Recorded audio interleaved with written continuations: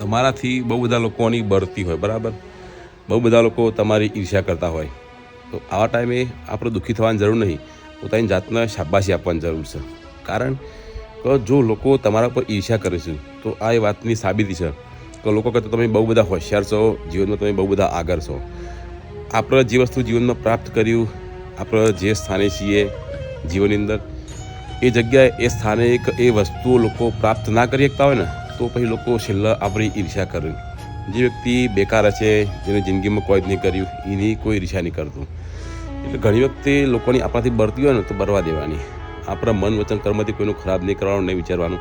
એમ છતાં આપણે આપણી મહેનતથી આગળ વધતા હોય, પ્રગતિ કરતા હોય ને લોકો ઈર્ષ્યા કરતા હોય ને, તો આશા કરો કે હજુ લોકો વધારે ઈર્ષ્યા કરે. એ ઘણી બધી ગાડીઓ પાસે એવું વાંચ્યું હતું કે ઈર્ષ્યાનો આશીર્વાદ. જેટલા લોકો તમારા પર ઈર્ષ્યા કરે છે તો આ વાતનું સાબિતી છે એ વાતની કે તમે જીવનમાં બહુ આગળ છો અને પ્રગતિ કરી રહ્યા છો.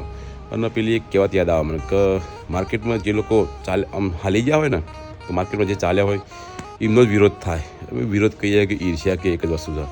તો કોઈ તમારાથી બળતું હોય, કોઈ તમારી ઈર્ષ્યા કરતું હોય, તો ખરેખર પોતાની જાતને ધન્યવાદ આપો, કોંગ્રેચ્યુલેશન કહો કે તમે ઓલરેડી દુનિયાને જીતી લીધી છે, બરાબર. બાકી તમે બધા લોકો સમજદાર જ છો.